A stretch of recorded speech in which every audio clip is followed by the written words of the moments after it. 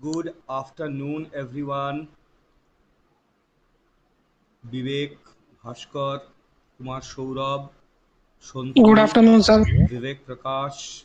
Good afternoon, sir. Good afternoon, Shumit, Abhijit, Anupam, Zahrul, Good afternoon, sir. Abhijit, Good afternoon, sir. Ayushman, Arnob, and Shankit. अच्छा, आज का date में चलो एक बार अपना एजिस्टेट देख ले, ठीक है। तो ये है एजी 104, इसका कंप्लीट मॉड्यूल का लिस्ट हम लोग शुरू किए थे विथ मॉड्यूल नंबर 1, जहाँ पे I introduced the concept of cloud computing. उसके बाद और एक एक्स्ट्रा क्लास भी हम लोग किए थे for understanding the cloud architecture, sorry the azure architecture, azure fundamental को लेके भी हम लोगों ने एक क्लास किए थे। उसके बाद हम लोग सीधा आ गए थे मॉड्यूल नंबर 10 पे, जहाँ पे हम लोगों ने वर्चुअल मशीन के साथ, एज़्योर वर्चुअल मशीन के साथ जुड़े हुए जो स्टेप्स है उनको लेके काम किए, जहाँ पे वर्चुअल मशीन बनाना, एक विंडोज़ मशीन, एक लिनक्स मशीन। अब रहा सवाल लिनक्स वर्चुअल मशीन का, क्योंकि लिनक्स ने दो टाइप का ऑथेंटिकेशन को सपोर्ट करते हैं। एक है अपना जो स्टैंडर्ड पासवर्ड बेस्ड ऑथेंटिकेशन, और साथ साथ की बेस्ड ऑथेंटिकेशन। तो एज्योर प्लेटफॉर्म में भी जो लिनक्स वर्चुअल मशीन हम लोग को मिलते हैं, वहाँ से की बेस्ड ऑथेंटिकेशन को इनिशियलाइज किया जा सकता है। तो कैसे करें, और वो करते वक्त वो की को जनरेट करना, ठीक है। अगर वो की अपना मशीन से ही जनरेट हो पाते हैं तो कैसे करें। अगर की अपना मशीन से जनरेट नहीं होता है, क्योंकि हम लोग अपना मशीन में एसएसएच सपोर्ट है ही नहीं, तो थर्ड पार्टी यूटिलिटी पुटी को इस्तेमाल किए जाते हैं। तो पुटी एमएसआई को इंस्टॉल करने पर पुटी कीजन बल्कि हमें एक यूटिलिटी मिलते हैं, उसके ज़रिए की जनरेट करना, ये सारे एक्टिविटी हम लोगों ने किए थे। उसके बाद वर्चुअल मशीन में एडिशनल रिसोर्सेज को कैसे लगाया जाता है, जैसे एनआईसी ऐड करना, एडिशनल स्टोरेज ऐड करना, वर्चुअल मशीन का साइज चेंज करना, और कुछ additional activity like password reset करना, रीडिप्लॉय करना। और साथ साथ जब हाँ सवाल अपना डिस्क का, डेटा डिस्क, तो डेटा डिस्क को लेके भी हम लोग काफ़ी टाइम चर्चा की है। नॉर्मल डिस्क, शेयर डिस्क, उसके बाद डिस्क एन्क्रिप्शन को करते वक्त वो जो सर्वर साइड जो एक्सटेंशन होते हैं, उसमें बाय डिफ़ॉल्ट एज्योर प्लेटफॉर्म खुद का की खुद ही मैनेज करते हैं। तो अपना की अगर मैनेज करना पड़े तो कैसे थ्रू द कस्टमर साइड की को इस्तेमाल करे, उसके लिए की vault, then disk encryption set वगैरह वगैरह, काफ़ी सारे टॉपिक था मॉड्यूल 10 में। वैसे तो लिखा है दो तीन टॉपिक, मगर हम लोगों ने काफ़ी सारे एरिया कवर किए।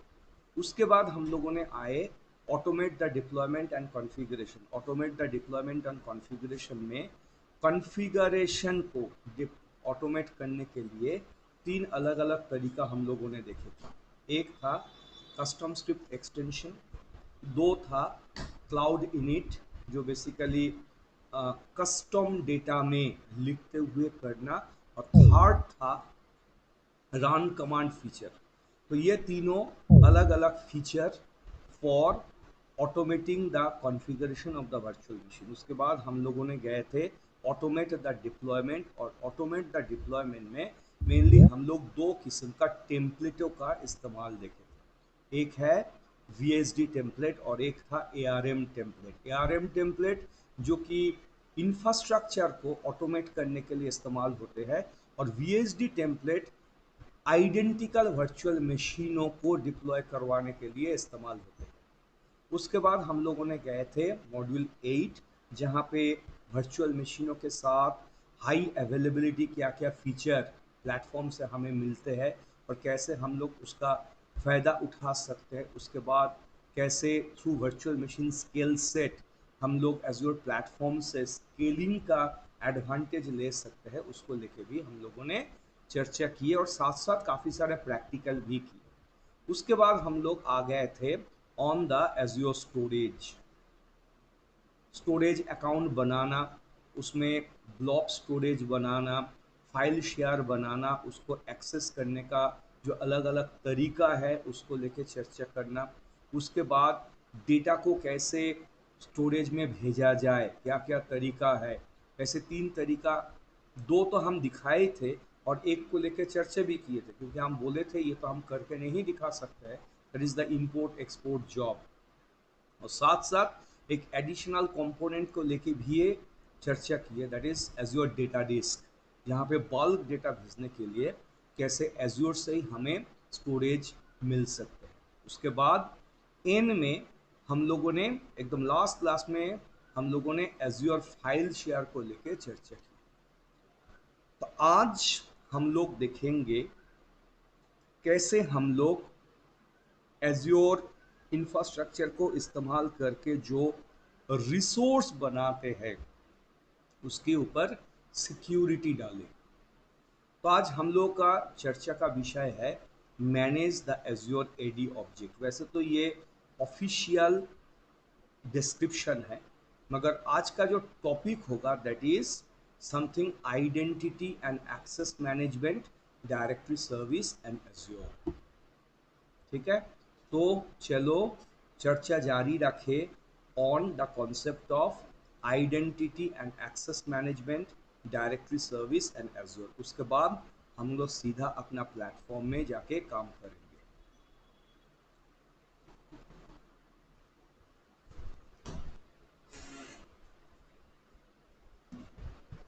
Identity, identity and access management. तो व्हाट इज आइडेंटिटी? देखो, the official description about identity is it is the information of an entity which is being used by the computer system in order to represent a real world component। अब ये जो component है ये एक person हो सकते हैं, एक एप्लीकेशन हो सकते हैं, एक डिवाइस हो सकते हैं। तो ये जो इंफॉर्मेशन है ना, इस इंफॉर्मेशन को अपना सिक्योरिटी मैकेनिज्म इंश्योर करता है, इस्तेमाल करते हैं जस्ट टू इंश्योर कि अपना ऑर्गेनाइजेशन का जो नेटवर्क है और उसके साथ जुड़े हुए जो डिजिटल रिसोर्सेस है उसके ऊपर सिक्योरिटी डाला जा सके। ठीक है, सो सीधा बात बोले तो identity is nothing but the information of an entity which is been used for the purpose of security of the organization's network and digital resource। Authorization, ये जो टर्म है that basically represents the process of identifying an individual that person claims to be। अगर हम बोले कि भाई आप कौन हो, तो आपने मेरे को आंसर दिया मेरा नाम विवेक प्रकाश है, तब प्रूफ करो आप विवेक प्रकाश ही हो। तो जिस मैकेनिज्म के जरिए आप प्रूफ करोगे कि मैं ही विवेक प्रकाश हूँ, that's called the authentication, the process of identifying the person he or she claims to be। The basic concept ऐसा है कि that identity, that individual will have the information somewhere set, जिसमें उसका आइडेंटिटी और पासवर्ड रहेंगे और उस information को इस्तेमाल करके उसका आइडेंटिटी को वेरीफाई करवाया जाएगा। ठीक है, so this is one of the primary pillar of the security कि पहले तो पहचाने ये कौन है। Next comes authorization. ठीक है, next in the list is called authorization. अब ये ऑथराइजेशन क्या है? देखो, ऑथराइजेशन भी एक किस्म का प्रोसेस ही है जिसके जरिए हम किसी यूजर को किसी रिसोर्स के ऊपर उसका एक्सेस ग्रांट या डिनाई करते हैं। It is a process of granting और denying a user access to the network and other digital resource. मगर उससे पहले उस यूजर को अपने आप को प्रूव करना है कि मैं ही वो हूँ जो मैं दावा करता हूँ, कि मैं ही संकित हूँ। तो प्रूफ हो गए, उसके बाद उसे रिसोर्स के ऊपर एक्सेस दिया जाएगा या नहीं, वो तो डिपेंड करेगा through the process of authorization. अब अगर एक्सेस मिले तो किस हद तक उसको एक्सेस दिया जाएगा, that totally depends on the level of the authorization. किस हद तक, मतलब एक फोल्डर है, उसमें कुछ फाइल है, तो हम उस फोल्डर में किसी यूजर को रीड ओनली एक्सेस दे सकते हैं। तो रीड ओनली एक्सेस देने का मतलब उस यूजर उस फोल्डर में कंटेंट तो देख सकते हैं, मगर उसमें नया करके कुछ कंटेंट बना नहीं सकते हैं, और साथ साथ उसमें से कोई कंटेंट को बाहर नहीं ला सकते, मतलब डिलीट नहीं कर सकते। वेरएस वही फोल्डर के ऊपर हम दूसरे कोई यूजर को फुल एक्सेस राइट दे सकते हैं। तो फुल एक्सेस राइट देने का मतलब हम उसको ना सिर्फ रीड करने का राइट दे रहे हैं, साथ साथ उस डायरेक्टरी में वो नया फाइल, नया सब डायरेक्टरी बना भी सकते हैं, और साथ साथ एग्जिस्टिंग फाइल या डायरेक्टरी को वो डिलीट करने के भी परमिशन पा सकते हैं। So that's called the level of authorization. तो जिस प्रोसेस के जरिए हम एक्सेस राइट देते हैं या लेते हैं, और देने के बाद मेरा लेवल ऑफ एक्सेस डिफाइन होते हैं, that is known as authorisation. तो authentication and authorisation, these are the two main pillar of the organization's digital security. जो डिजिटल रिसोर्स है उसके एक्सेस मैनेजमेंट के लिए these are the two main pillars. Now comes the term identity and access management. Identity and access management, वैसे in short इनको हम लोग बोलते हैं IAM। शॉर्ट में हम लोग आइडेंटिटी एंड एक्सेस मैनेजमेंट को बोलते हैं IAM। और ये बेसिकली एक framework of policies and technologies होते हैं जिसके जरिए हम लोग इंश्योर करते हैं कि proper people in an enterprise they have the appropriate access to the technology resource. Mainly IAM ensure करते हैं the right people at right point of time using the right device can have access to the right resource. I repeat, in an organization, the right person using the right device at the right point of time get access to the right resource. तो ये जिस framework के जरिए ensure किया जाते हैं उसी को ही हम लोग बोलते हैं IAM या आइडेंटिटी एंड एक्सेस मैनेजमेंट। तो ये IAM अपना जो IT सिक्योरिटी का जो अम्ब्रेला है उसमें काफी कुछ होते हैं, उसका एक अहम कंपोनेंट है।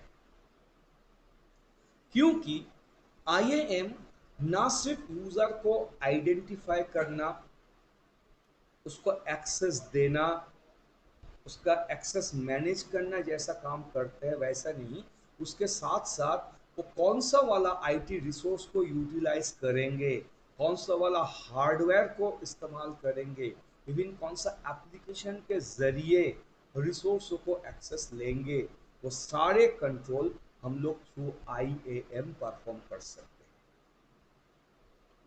क्लियर?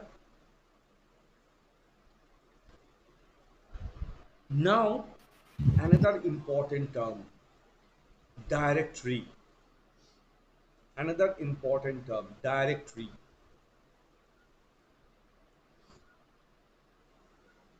हम लोग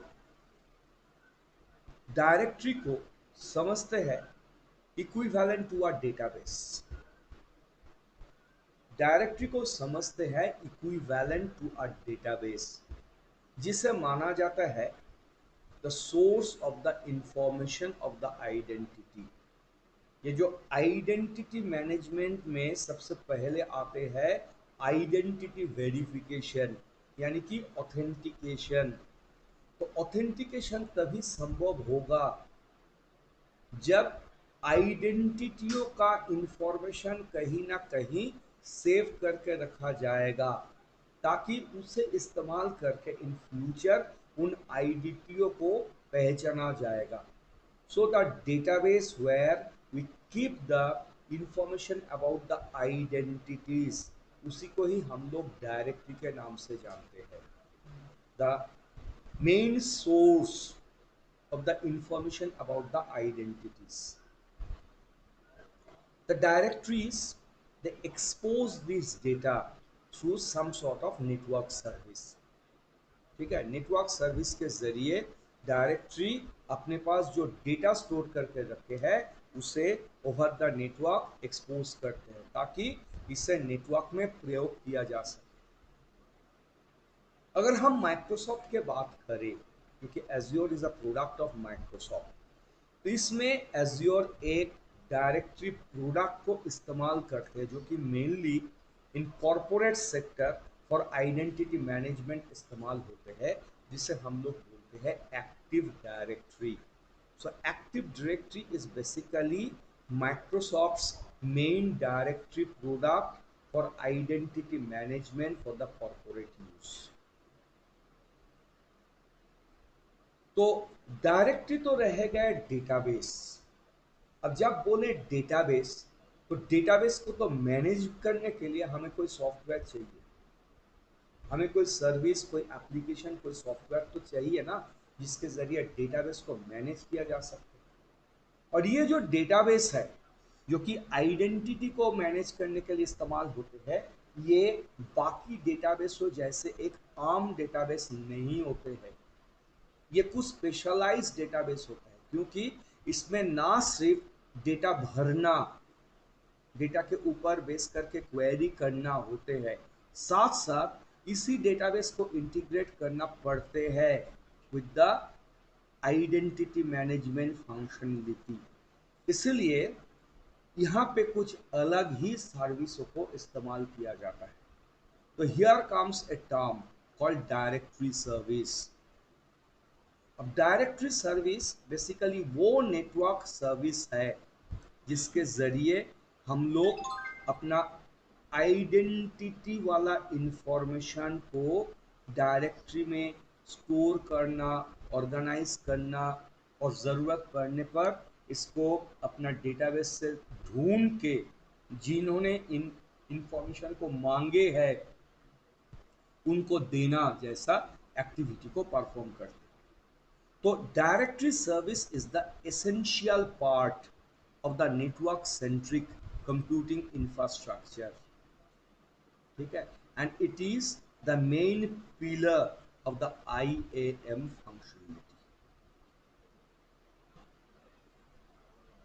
Sir, I have one question regarding sir directory service.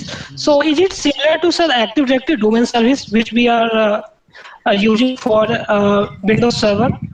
So, this is similar kind of features.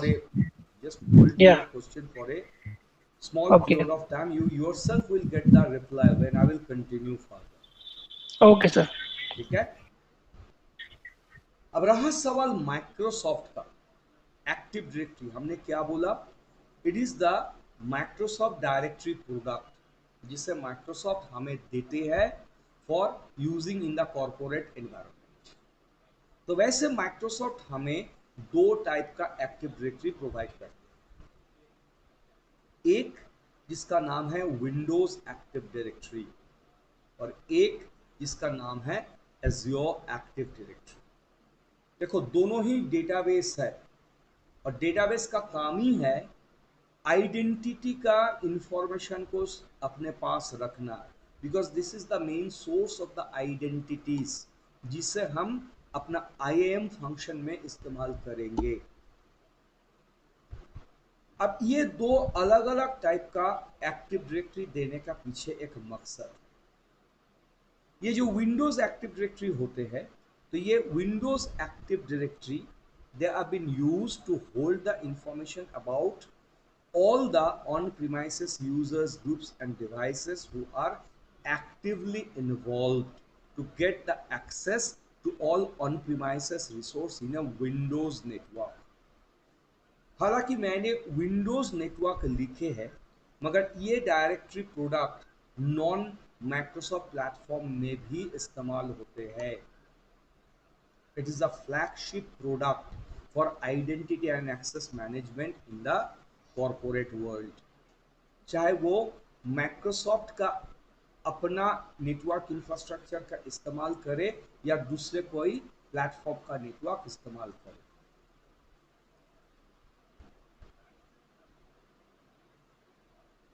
Now the Azure Active Directory ये भी डेटाबेस है. यहाँ पे भी हम लोग आइडेंटिटियों का इंफॉर्मेशन रखते हैं, जिसमें यूजर आते हैं, ग्रुप आते हैं, डिवाइस आते हैं, मगर इसका इस्तेमाल होते हैं इन द क्लाउड एनवायरनमेंट में. क्लाउड में हमारे पास जो रिसोर्सेस होते हैं, उन रिसोर्सों को एक्सेस देना, अलाउ करना, डिनाई करना, इसके लिए हमें जो यूज़र, जो ग्रुप और जो डिवाइसों का इंफॉर्मेशन स्टोर करके रखना पड़ते हैं, तो वो हम लोग एज्योर एक्टिव डायरेक्टरी में स्टोर करके रखते हैं. तो दोनों का पर्पस एक होने के बावजूद भी दोनों का इस्तेमाल करने का लोकेशन अलग है. विंडोज़ एक्टिव डायरेक्टरी वो अपना जो ऑन प्रीमाइसेस विंडोज़ नेटवर्क होते हैं, जहाँ पे डोमेन बेस्ड ऑथेंटिकेशन मैकेनिज्म को इस्तेमाल किया जाता है. वैसे हम लोगों को मालूम है कि जब ऑथेंटिकेशन का सवाल आते हैं on the on premises environment, चाहे वो विंडोज़ हो या लिनक्स हो, there are two different type of authentication mechanism available, जिसके ऊपर बेस करके हम लोग नेटवर्क को भी डिफाइन करते हैं. एक वर्क ग्रुप बेस्ड नेटवर्क, जहां पे the entire authentication concept is decentralized. Generally हर एक सिस्टम जिसके साथ डायरेक्टली रिसोर्सों को एसोसिएट किया जाता है, तो ऑथेंटिकेशन उस मशीन से ही होते हैं. तो अगर हमारे पास कोई सीधा नेटवर्क बेस्ड रिसोर्स होते हैं जो कि कोई डिवाइस के साथ डायरेक्टली कनेक्ट नहीं किया जा सकता है, सीधा स्विच में जाके कनेक्ट होगा, तो उसमें उसका एक्सेस मैनेजमेंट के लिए ये work group based authentication mechanism बिल्कुल ही चलता नहीं है. Alternatively I have the domain based authentication mechanism, और डोमेन बेस्ड ऑथेंटिकेशन में they basically uses a centralized database where from the user authentication done by each and every device for the application and service in the network. तो वो domain base authentication mechanism में वो जो database जहाँ पे आइडेंटिटियों का information रखा जाता है, और अगर वो विंडोज़ का अपना नेटवर्क है तो वहाँ पे विंडोज़ एक्टिव डायरेक्टरी का प्रयोग किया जाता है. इसमें जिन प्रोटोकॉलों का सहारा लिया जाता है वो है एलडैप और कार्बेरोस.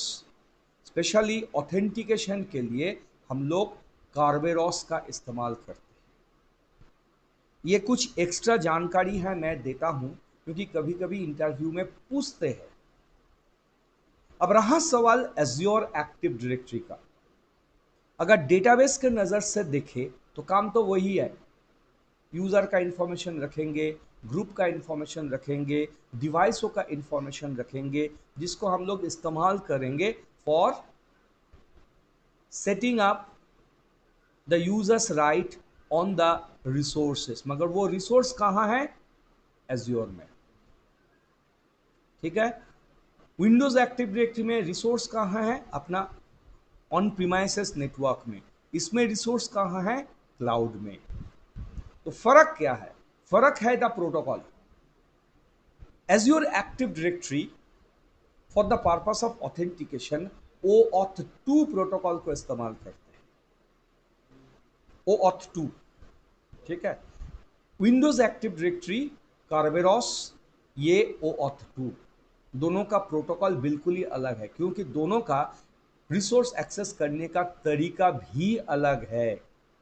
एक ब्राउज़र बेस्ड ऑथेंटिकेशन करते हैं और एक में कोई ब्राउज़र नहीं है, सीधा हम रिसोर्स को एक्सेस ले लेते हैं अपना मशीन से, इसलिए इसका तरीका भी अलग है। अब कोई हमें पूछ रहे थे कि सर ये जो active directory domain service ADDS है, क्या आप उसके बारे में बात कर रहे हैं? हाँ, अगर तुम एक्टिव डायरेक्टरी इस्तेमाल करोगे तो विंडोज एक्टिव डायरेक्टरी को कंट्रोल करने के लिए हम लोग जो डायरेक्टरी सर्विस को सालों से इस्तेमाल करके आए हैं, उसी का ही नाम है active directory domain service. That is the service through which the Windows Active Directory is managed and maintained। और उसके लिए हमें एक मशीन चाहिए जिस मशीन का टेक्निकल नाम है domain controller. We need to configure the domain controller which will hold the Active Directory। मगर Azure Active Directory में हमें कोई डोमेन कंट्रोलर कॉन्फ़िगर करने का ज़रूरत पड़ते नहीं है। It is the platform defined service. ठीक है,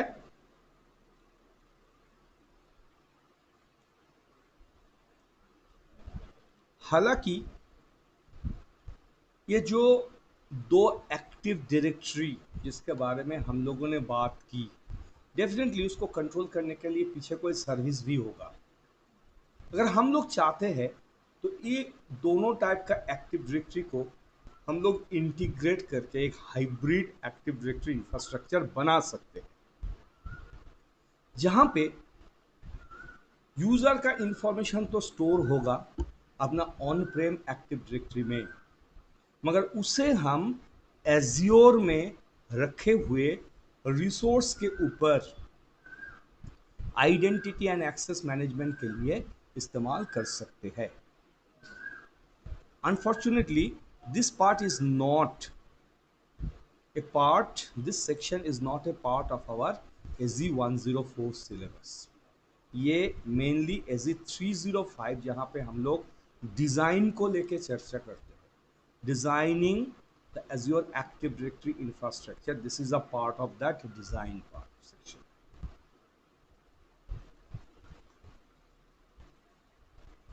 Now the directory services which had been supported by Azure।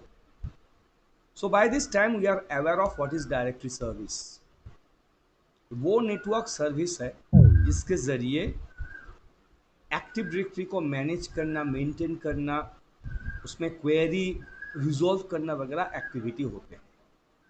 तो जैसे अपना विंडोज़ एक्टिव डायरेक्टरी में डायरेक्टरी सर्विस को कंट्रोल करने के लिए हमारे पास है ADDS, active directory domain service, उसी तरह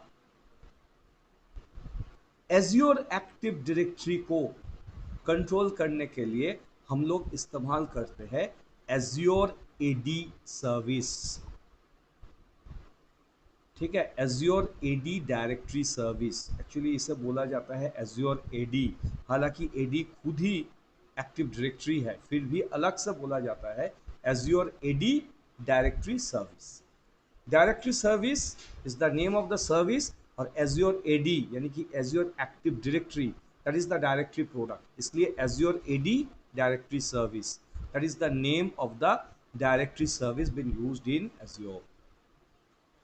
ठीक है, तो Azure AD directory service is a Microsoft's cloud-based identity and access management service which helps your employees sign in and access resource for the external resource जैसे Microsoft Office 365, then Azure Portal and thousands of other SaaS application, even the internal resource जैसे कोई apps जो मेरा corporate network या internet में चलते हैं, along with any other cloud application which have been developed by our own organization।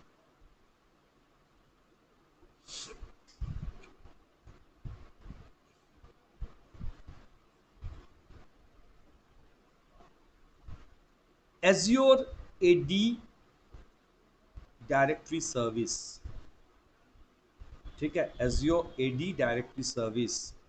कभी कभी इन शॉर्ट हम लोग उसे एज्योर एडी भी बोल देते हैं, इसलिए हम लोग को खुद को ही कभी कभी दिक्कत में पड़ना पड़ते हैं। जब हम लोगों को भी ट्रेनिंग मिलते हैं, वो एक्चुअली एडी बोलना चाहते हैं या डायरेक्टरी सर्विस को रेफर कर रहे हैं, ठीक है। थोड़ा सा एक्सपीरियंस नहीं होने से हम लोगों को भी कभी कभी दिक्कत हो जाता है, हम लोगों का ट्रेनर क्या बोलते हैं, ठीक है। तो ये जो डायरेक्टरी सर्विस है, Azure AD directory service, mainly हमें 4 सर्विसेज प्रोवाइड करते हैं। Obviously the first one will be the authentication, ठीक है, verification of the identity in order to access the application and resource, इसका मेन मकसद। Then single sign on, that is very very important thing. अब ये single sign on का मतलब क्या है? सिंगल साइन ऑन का मतलब मैं एक बार अपना यूज़र नेम और पासवर्ड के ज़रिए अपने आप को वेरीफाई करवा दी, तो सेम नेटवर्क में अगर कोई दूसरे सिस्टम से मेरे को कोई सर्विस लेना पड़े, तो उसके पास फिर से जाके मेरे को अपना आइडेंटिटी प्रूफ देने का कोई ज़रूरत नहीं है। कुछ ऐसा साधन होगा जिसके ज़रिए मेरा आइडेंटिटी उसके पास ऑटोमेटिकली चला जाएगा। जैसे कार्बेरॉस इंफ्रास्ट्रक्चर में हम लोग टोकन का इस्तेमाल करते हैं, टीजीटी जिसको बोला जाता है, टिकट ग्रांटिंग टिकट। हम इसे फॉर ईज ऑफ अंडरस्टैंडिंग बोलते हैं ticket to get another ticket.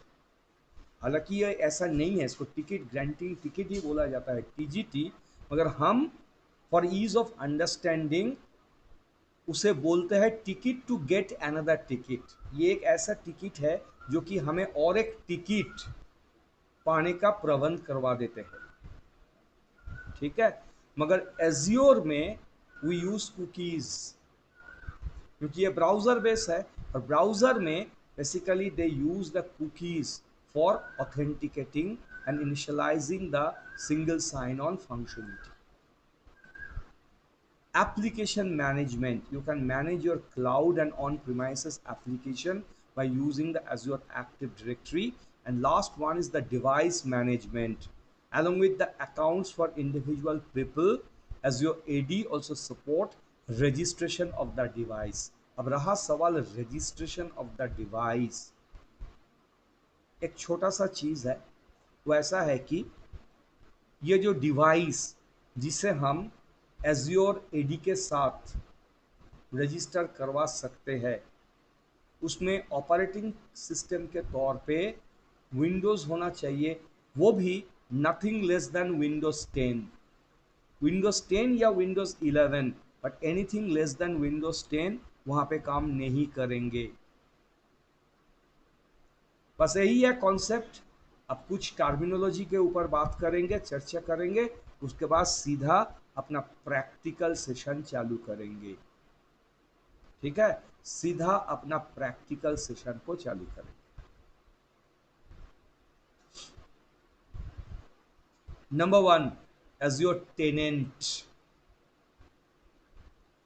Azure tenant is basically a dedicated and trusted instance of the Azure AD service, जो कि ऑटोमेटिकली क्रिएट होते हैं जब अपना ऑर्गेनाइजेशन या मैं माइक्रोसॉफ्ट एज्योर क्लाउड सर्विस का कोई भी सब्सक्रिप्शन के साथ अपने आप को इंटीग्रेट करता हूं।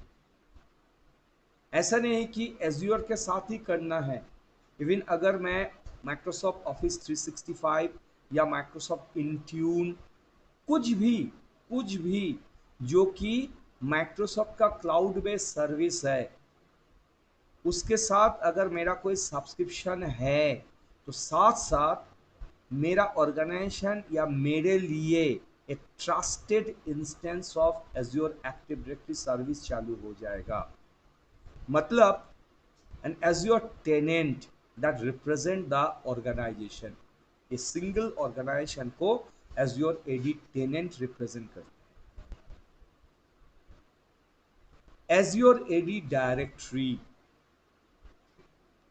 that is the dedicated and trusted database for Azure tenant. हर एक एज्योर टेनेंट के पास अपना एक डेडिकेटेड एंड ट्रस्टेड डेटाबेस होते हैं जहां पे वो आइडेंटिटियों को स्टोर करते हैं। उसे हम लोग बोलते हैं Azure AD directory.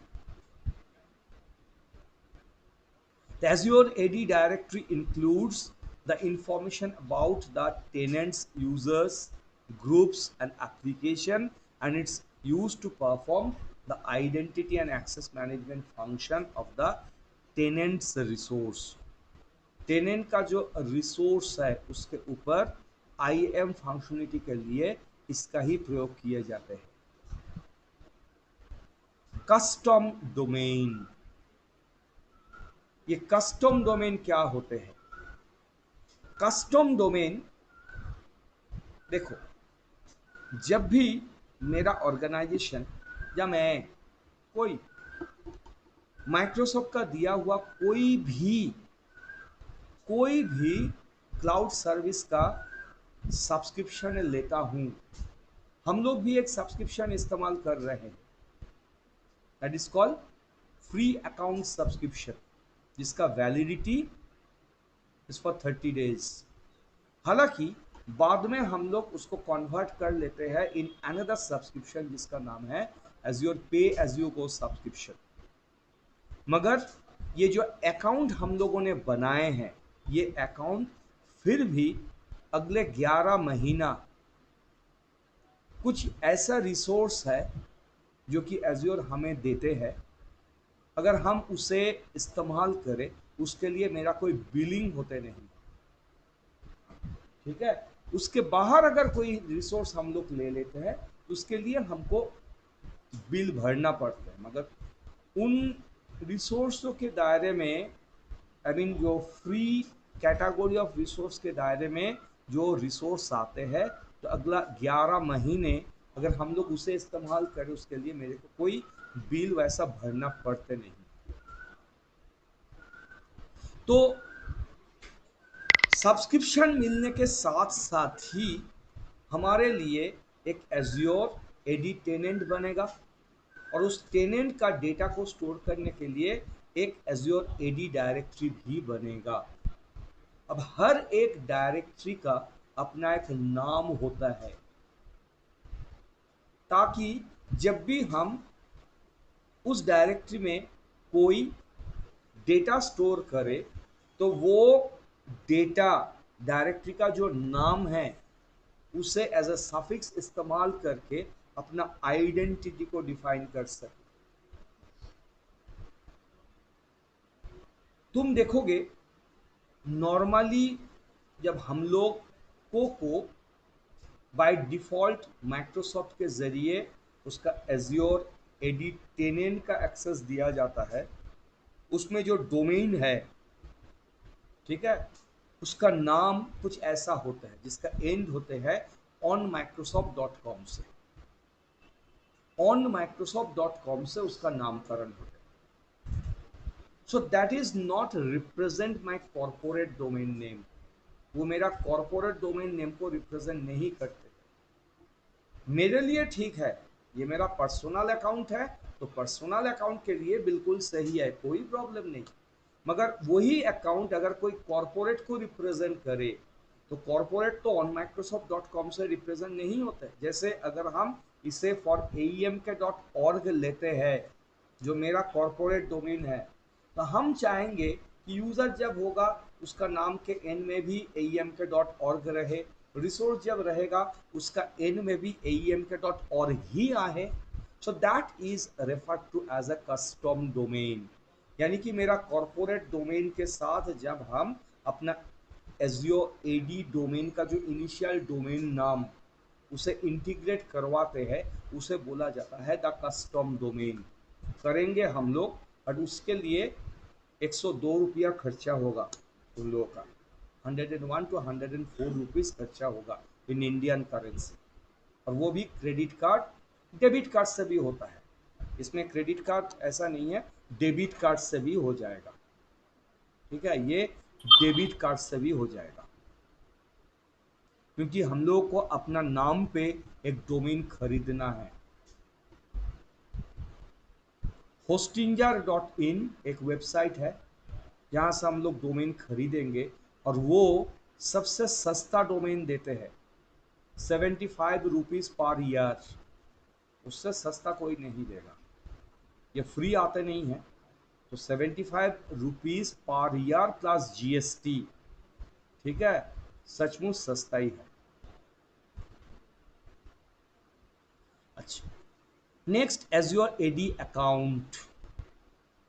Azure AD accounts are basically the identity created through Azure Active Directory or another Microsoft Cloud service, जैसे Microsoft 365.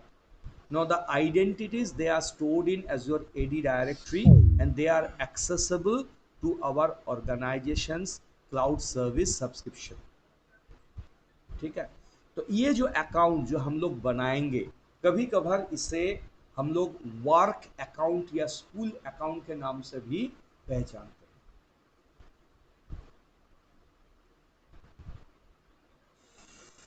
नाउ माइक्रोसॉफ्ट और लाइसेंस नहीं है, कभी चलता है क्या? माइक्रोसॉफ्ट है मगर उसका प्रोडक्ट के साथ लाइसेंस नहीं है, ये नामुमकिन है। Microsoft is very famous for license. एक सर्वर खरीद के ले आए पैसा दे के, मगर इंस्टॉल करने के लिए भी माइक्रोसॉफ्ट को पैसा देना पड़ेगा। खरीदने के लिए भी पैसा, इस्तेमाल करने के लिए भी पैसा।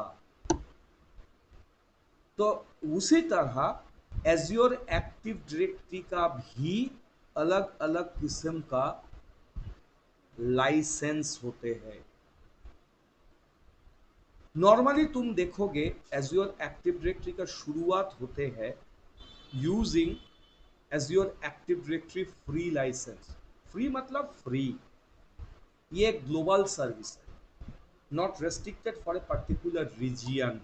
कुछ ऐसा सर्विस होते हैं जिसे हम लोग ग्लोबल सर्विस बोलते हैं। नॉर्मली तुम देखोगे जब हम लोग कोई सर्विस लेते हैं एज्योर से, that is limited within a region. जैसे virtual machine, that is a service, मगर जब लेते हैं वो वर्चुअल मशीन को बनाने के लिए तो हमें कोई ना कोई रीजियन बनाना पड़ता है ना, ढूंढना पड़ता है कि central India, north central US, east US वगैरह वगैरह। मगर ये एक ऐसा सर्विस है जिसके लिए हमें कोई रीजियन का ज़रूरत नहीं है, ये ग्लोबली एक्सेसिबल ग्लोबल सर्विस, और उसमें first license is free licence.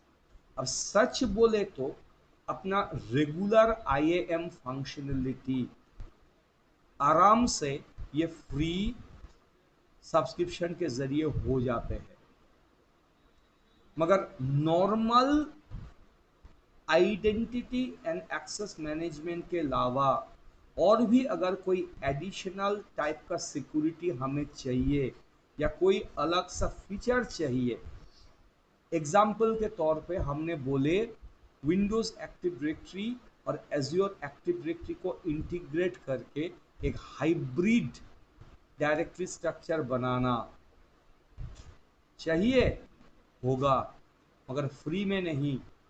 For that you have to get a premium license. If you have a premium license, then only this kind of features can be obtained. वैसे premium licence का बात जब बोले तो दो type का premium licence होते हैं, एक है प्रीमियम P1 और एक है प्रीमियम P2। हर एक में अपना जो डिफॉल्ट फ्री लाइसेंस का फीचर वो तो रहेगा ही, साथ साथ कुछ एडिशनल पैरामीटर भी आते हैं। जैसे premium P1 self service password management, तो क्या है?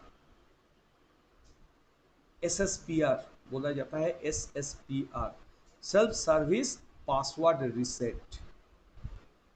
जनरली यह दिखा जाता है जब हम लोग एज्योर AD में कोई यूजर अकाउंट बनाते हैं, यूजर तो उस अकाउंट का भरपूर फायदा उठा सकते हैं, मगर कभी उसका पासवर्ड को अगर चेंज करना पड़े, यूजर खुद अपना पासवर्ड नहीं चेंज कर सकते हैं। उसे रिक्वेस्ट भेजना पड़ते हैं एज्योर एडी एडमिन को। एज्योर एडी एडमिन उसका पासवर्ड रिसेट करके कुछ रैंडम पासवर्ड डाल देते हैं। फिर यूजर जब लॉगिन करेंगे वो रैंडम पासवर्ड के जरिए, एज्योर उसे बोलेगा क्या नया पासवर्ड चाहिए, तो नया पासवर्ड यूजर डालेंगे तब जाके एज्योर उसका नया पासवर्ड एक्सेप्ट करेगा। मगर ये पासवर्ड रिसेट वाला चक्कर एडमिनिस्ट्रेटर से ही इनिशियलाइज करना पड़ेगा, यूजर खुद इसे इनिशियलाइज नहीं कर पाएंगे। मगर एसएसपीआर फीचर यूजर को खुद राइट देते हैं कि हम एडमिनिस्ट्रेटर से सहायता नहीं मांगते हुए भी अपना पासवर्ड खुद ही रिसेट कर सकते हैं। वन फीचर, वैसे Microsoft identity manager and on premises identity and access management suite, बहुत कुछ है। देन प्रीमियम 2 P2 का बात करें, प्रीमियम P1 में जो फीचर है वो तो है ही, साथ साथ कुछ एडिशनल फीचर जैसे privileged identity management, critical company data, risk based conditional access वगैरह वगैरह, ये सारे फीचर हमको मिलते हैं। जैसे प्रिविलेज्ड आइडेंटिटी मैनेजमेंट, वो क्या है? प्रिविलेज का मतलब क्या है? I am giving you some administrative right, ठीक है, I am giving you some administrative right. Normally administrative right जब दिया जाता है वो मैनुअली असाइन होते हैं, मैनुअल असाइनमेंट। दे दिया तो दे दिया, जब तक मैनुअली नहीं हटाएंगे तो हटेगा नहीं। मैंने तुम्हें अपना जितना वीएम रिसोर्स है उसके ऊपर एडमिनिस्ट्रेटर राइट दे दी, चलो आज से अपना ऑर्गेनाइजेशन का जितना वीएम बनेंगे वो सारे वीएम को पोस्ट डिप्लॉयमेंट अगर उसमें कुछ एडमिनिस्ट्रेटिव एक्टिव करना पड़े, activity not internally, externally, NIC add करना, स्टोरेज डिस्क ऐड करना वगैरह वगैरह, they are all administrative activity. तो उन एडमिनिस्ट्रेटिव एक्टिविटी के लिए मैंने बोला user X will be responsible. तो user X has become a privileged user for the VMs, मगर वो राइट उससे मैन्युअली असाइन किया गया।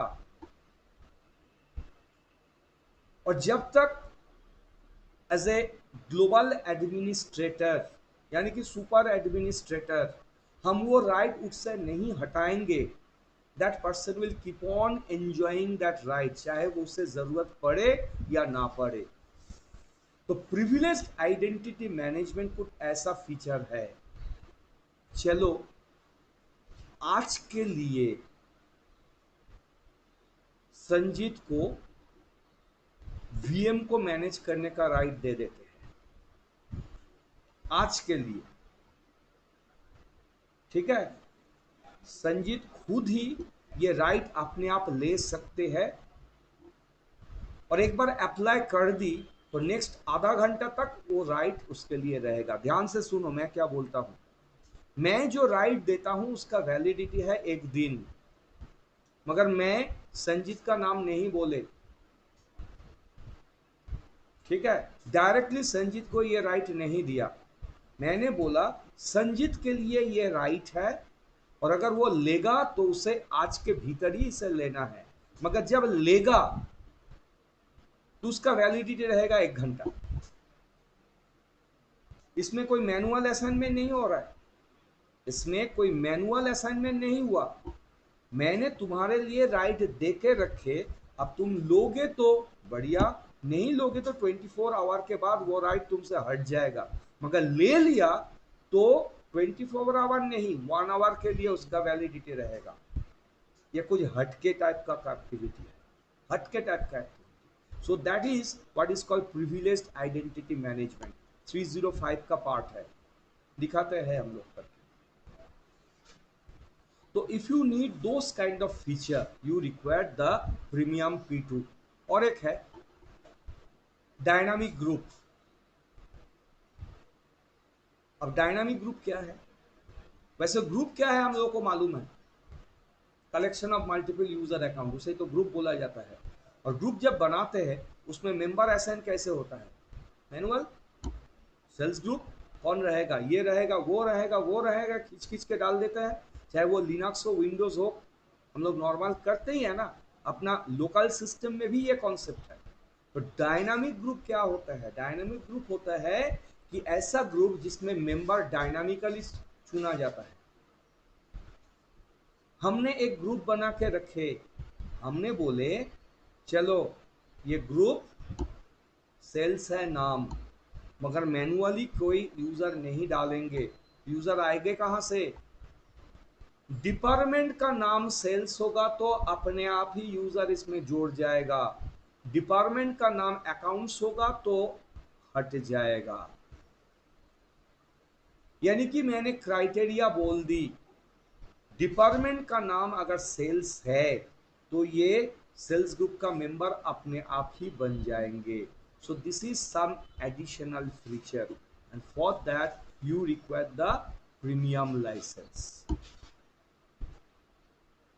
और एक लाइसेंस भी होता है, that is pay as you go license. You can also get additional feature license like Azure Active Directory Business to Customer License B2C। इसको बिजनेस टू सी या B2C लाइसेंस के नाम से जाना जाता है। B2C can help you provide identity and access management solution for your customer facing application. Application is customer facing, and for that the customer they require authentication for their user। तुम्हारा active directory, तुम्हारा जो active directory है वो तो तुम्हारा organisation के लिए है। उसमें तुम्हारा ऑर्गेनाइजेशन का ही यूजर नेम पासवर्ड रहेंगे। उसमें अगर कस्टमर का यूजर का एंट्री भी हो गए तो वो यूजर तो तुम्हारे रिसोर्स को भी एक्सेस ले सकते हैं, कोई भी रिसोर्स। मगर ये कुछ ऐसा लाइसेंस है जो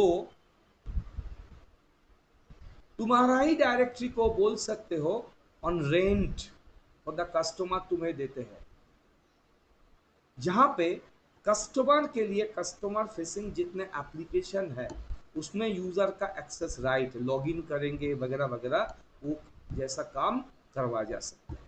वैसे मैं ये करके कभी देखा नहीं क्योंकि हमारे पास वो एप्लीकेशन है ही नहीं, ऐसा कोई कस्टमाइज एप्लीकेशन जो कि कस्टमर फेसिंग माने कस्टमर फेसिंग ऐप होगा तो उसके ऊपर we can try this one. ठीक है, so this is all about the theoretical part of Azure active directory.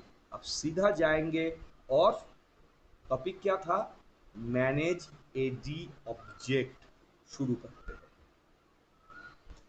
AD object, anything that is getting stored in AD are referred to as object for the AD। तो mainly Azure AD में हम लोग तीन किस्म का object का information रखते हैं, user, group, device. User, group और डिवाइस। ठीक है, चलो अपना अपना मशीन में लॉगिन कर लो। शेयर्ड अकाउंट में ये होगा नहीं। अगर किसी को शेयर अकाउंट चाहिए आज चुपचाप बैठे रहो, क्योंकि शेयर अकाउंट में ये काम होगा नहीं। शेयर अकाउंट मेरा राइट नहीं है, I am not the owner, वो दूसरे किसी का है, तो वो अपना सिक्योरिटी डेटाबेस में हमें क्यों हाथ लगाने को देगा? मेरा डेटा होगा तभी मैं जाके हाथ लगाऊंगा, है ना। मगर उससे पहले यहाँ पे लॉगिन करो। ये जो डोमेन आज हम लोग खरीदेंगे ये मेरे को बाद में भी नेटवर्क मैनेजमेंट में लगेगा, एक बार नहीं 2 बार लगेगा।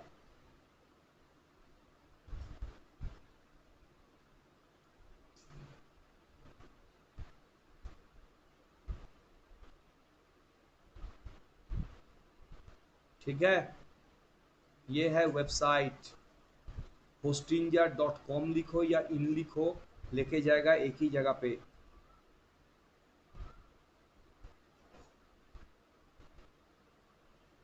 अरे अच्छा .com लिखो।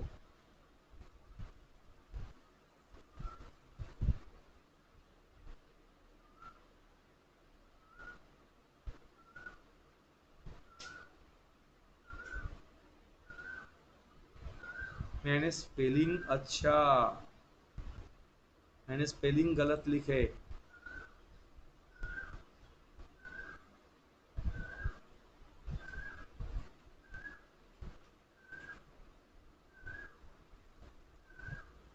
hostinjar.com।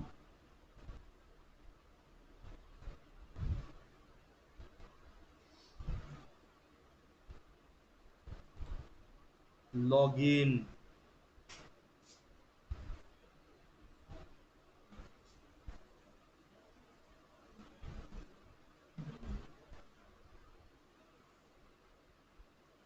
है ना?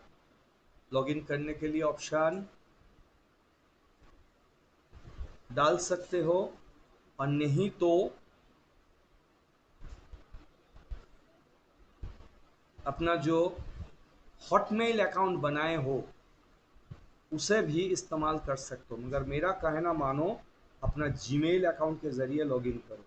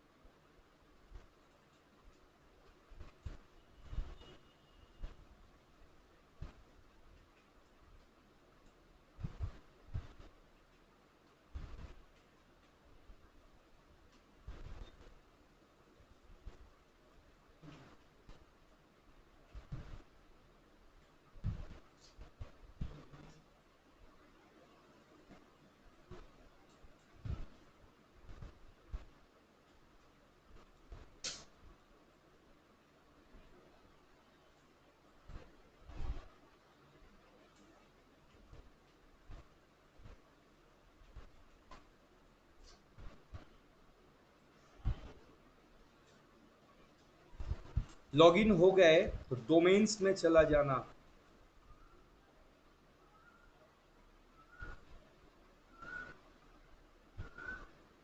Then get a new domain.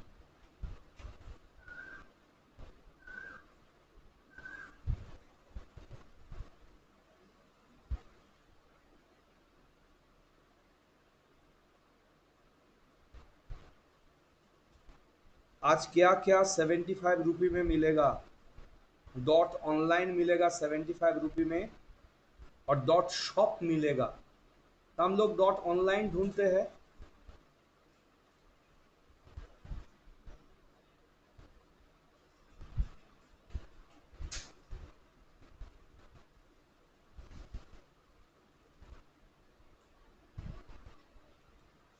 देखो अवेलेबल है या नहीं।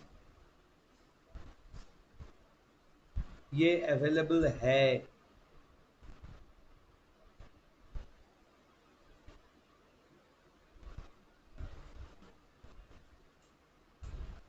भी मिलता है, ये भी मिलता है, ये भी मिलता है।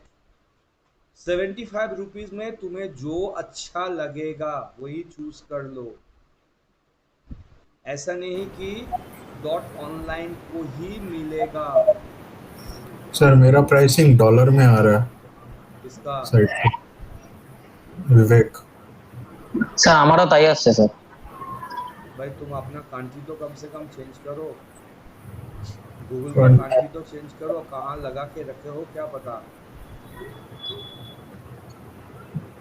गूगल अकाउंट को खोलते वक्त अगर अपना इंफॉर्मेशन इंडिया नहीं डाले हो तो यूएससी चूज करेगा।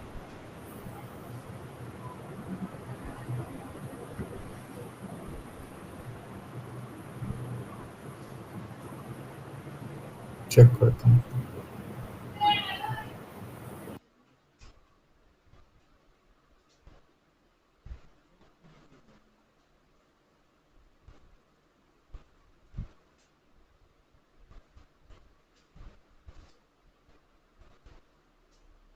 उसके बाद बाय नाउ,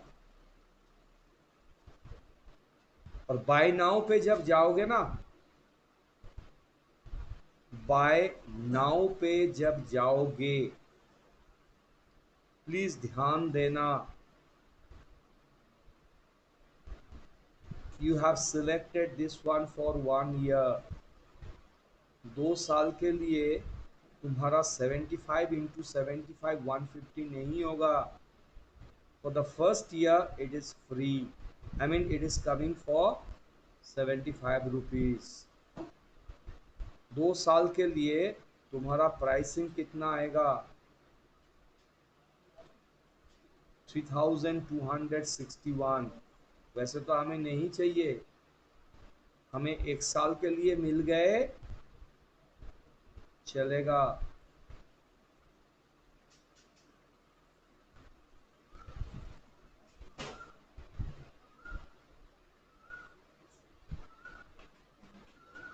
इसमें 18% जीएसटी है और 14 रुपया 91 पैसा वो आई कैन लेते हैं। आई कैन डोमेन को रजिस्टर करने के लिए साल के फी 14 रुपया 91 पैसा लेते हैं। और ये जो डोमेन का इंफॉर्मेशन डीएनएस सर्विस वगैरह जो कि होस्टिंजर हमें देंगे उसके लिए बाकी पैसा।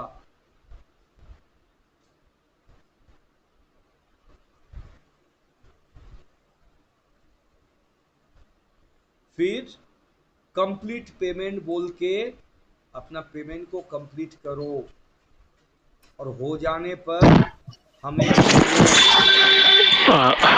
স্যার অভিজিৎ বলছি কান্ট্রিটা কি জিমেলে চেঞ্জ করতে হবে? তোমার জিমেইল ইচ্ছা করো না, ওখানে জিমেইলটা দিয়েছে সেই জন্য। হ্যাঁ জিমেলটা দিয়েছি কিন্তু ওই যে বললাম না ওখানে আরেকজন বললো যে ডলারে দেখাচ্ছে দামটা। তোমার কি দেখাচ্ছে? আমার ওই ডলারেই দেখাচ্ছে। জিমেইলে গিয়ে তোমার অ্যাড্রেসটা দেখে নাও না। অ্যাড্রেস তো ওটাই আছে, আমার লোকাল অ্যাড্রেসই আছে।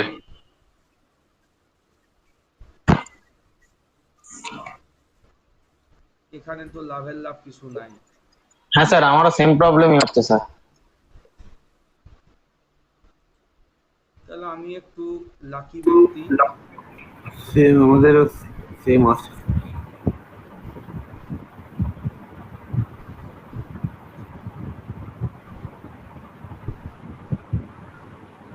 এখানে গিয়ে একটু দেখো তো অ্যাড্রেসটা কি দেখাচ্ছে, ইন্ডিয়া কিনা।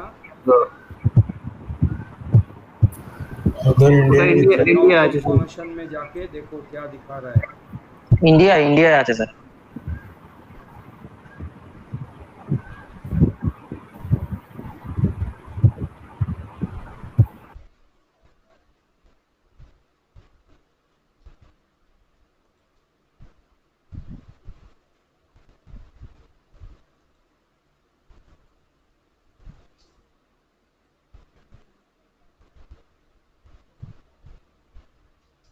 अच्छा और एक चीज, ऑटो रिन्यूअल को डिसेबल कर देना।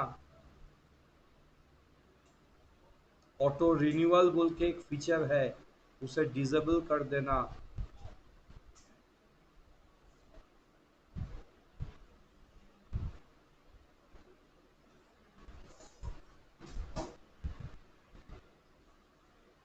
অটো রিনিউয়ালটা কোন জায়গাটায় আছে? যখন বানাবে তখনই কোথাও থাকবে। ও আচ্ছা আচ্ছা আচ্ছা আচ্ছা, ঠিক আছে।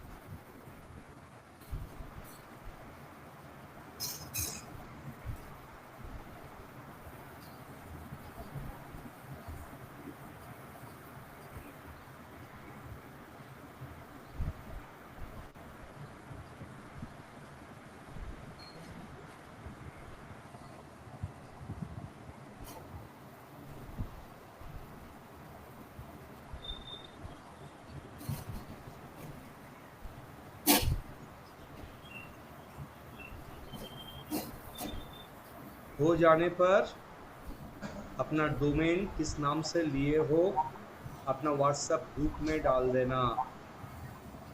हमने डोमेन इस नाम से लिए है।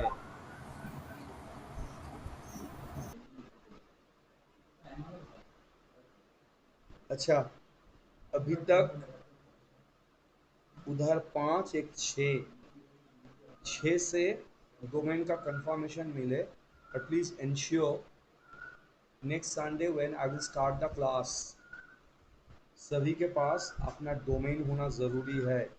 और Yes, sir. आप लोग अपना डोमेन का नाम ग्रुप में डालोगे, अपना अपना डोमेन का नाम ग्रुप में डाल के रखोगे,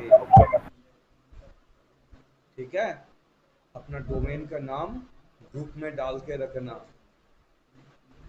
ठीक है सर। क्योंकि नेक्स्ट क्लास में ये हम लोग को चाहिए। Take it seriously. ठीक है, चलो आज इतना ही रखते हैं।